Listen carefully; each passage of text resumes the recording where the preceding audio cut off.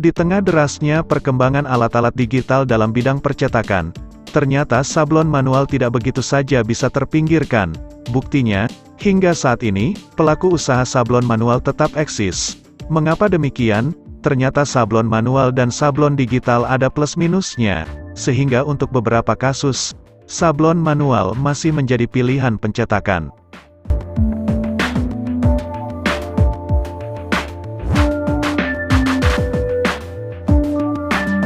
Sablon manual adalah teknik sablon yang menggunakan peralatan seperti skrin, rakel dan lainnya, yang sebagian besar proses penyablonan masih menggunakan keahlian manusia yang mengerjakannya. Salah satu alasan kuat mengapa pasar sablon manual tetap eksis adalah dari segi kualitas dan ketahanan tinta. Sampai saat ini, dari segi kualitas tinta, sablon manual jauh lebih unggul daripada sablon digital. Dan yang menjadi kekurangan adalah sablon manual akan kesulitan mencetak gambar full warna. Tentu ini berbeda dengan sablon digital yang tidak memandang seberapa rumit warna yang akan dicetak.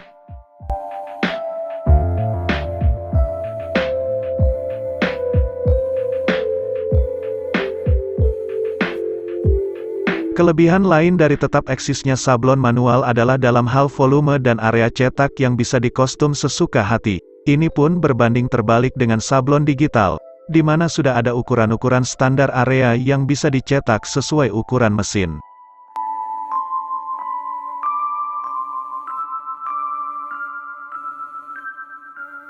Dari poin tersebut, jelas sekali antara sablon manual dan sablon digital tidak bisa dibandingkan berhadap-hadapan, masing-masing punya segmen pasar sendiri.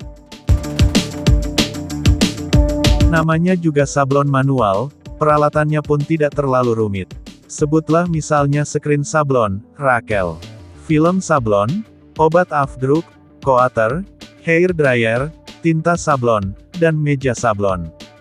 Dengan modal kurang dari 1 juta, Anda sudah bisa memulai usaha sablon ini, meski dari rumahan sekalipun. Kunci usaha sablon ini adalah keuletan dan kesabaran. Dan terlebih penting, apapun jenis usaha yang Anda geluti, menguasai pasar adalah kuncinya. Betapapun bagus sebuah produk yang dihasilkan, jika tidak dibarengi dengan promosi, jangan harap akan diterima pasar. Begitupun sebaliknya, bisa jadi produk yang biasa-biasa saja, akan laku keras karena teknik promosi yang tepat. Disinilah pentingnya mengatur strategi pemasaran dan promosi.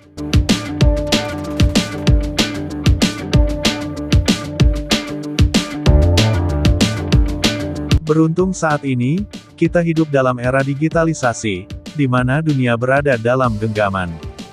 Dengan memanfaatkan keberadaan media sosial, dan marketplace, bisa menjadi pasar besar bagi usaha Anda. Usaha untuk melakukan promosi, bahkan tidak kalah beratnya dengan membuat produk itu sendiri. Dibutuhkan keseriusan dan kesabaran untuk sebuah hasil yang diinginkan. Perlu usaha yang terus-menerus dan konsisten. Disinilah perbedaan promosi offline dan online. Jika secara offline, Anda cukup menyiapkan dana yang cukup besar untuk menyewa tempat usaha, melengkapi peralatan pendukung, meja kursi, etalase dan sebagainya, lalu tinggal duduk manis menunggu konsumen datang. Ini adalah cara-cara lama yang jika dipertahankan, akan membuat kita tertinggal jauh dari orang lain. Lihatlah, berapa banyak usaha yang telah berdiri cukup lama, justru mulai redup digilas perubahan zaman yang begitu cepat.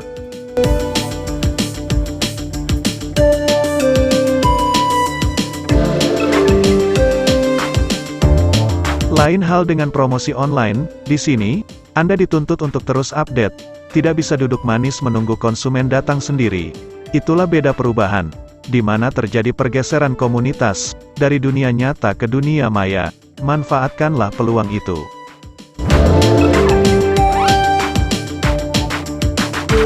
Hal itulah yang dilakukan Henry, salah seorang tukang sablon manual. Saat itu, ia memutuskan berhenti bekerja sebagai karyawan percetakan, dan memilih membuka usaha sablon sendiri. Ia memulai usaha dari rumah, karena untuk menyewa lapak, ia terkendala dengan modal. Ia menyadari betul, tidak mungkin orang akan datang sendiri ke rumahnya. Siapa yang tahu ia membuka usaha sablon dari rumah. Beruntung, untuk bermain media sosial ia sudah terbiasa. Maka, mulailah ia promosi secara online. Awalnya, ia pajang di Facebook. 1-2 minggu usaha mengupdate promosi terus-menerus setiap hari. Baru minggu ketiga mulai ada respon. Awalnya 1, 2, 3 konsumen, tetapi lebih sebulan semakin banyak yang menghubungi. Sadar dahsyatnya promosi online, ia pun mulai pajang juga di Instagram, dan marketplace lainnya, seperti TikTok Shop, Shopee, Tokopedia, Bukalapak, dan masih banyak lagi.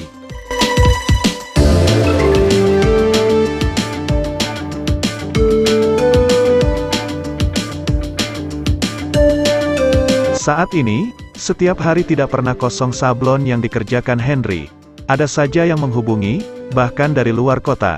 Kebanyakan order yang masuk adalah sablon plastik kemasan, paper bag, sablon karung, amplop, payung, sampul rapor, map ijazah, dan banyak lagi. Kebanyakan order yang masuk adalah yang tidak tercover oleh mesin sablon digital.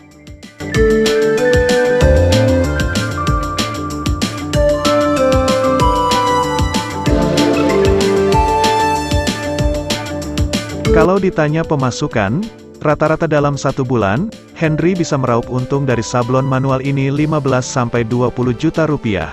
Bahkan, tidak jarang order yang masuk sampai bertumpuk menunggu giliran, karena ia hanya bekerja sendiri.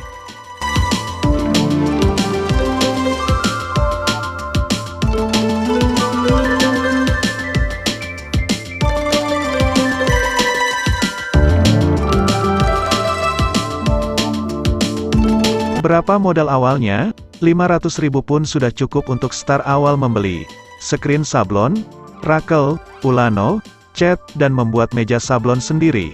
Untuk bahan habis pakai, seperti cat, afdruk, dan minyak sablon, bisa dibeli seiring masuknya order. Yang penting, peralatan dasar adalah dulu, ungkap Henry. Setelah ada peralatan, segera berpacu lakukan promosi, jangan menunggu. Karena sekarang bukan lagi zamannya menunggu.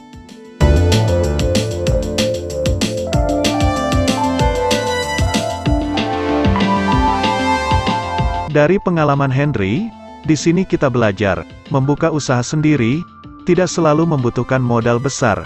Ada bidang usaha, seperti jasa sablon ini yang cocok bagi Anda dengan modal kecil.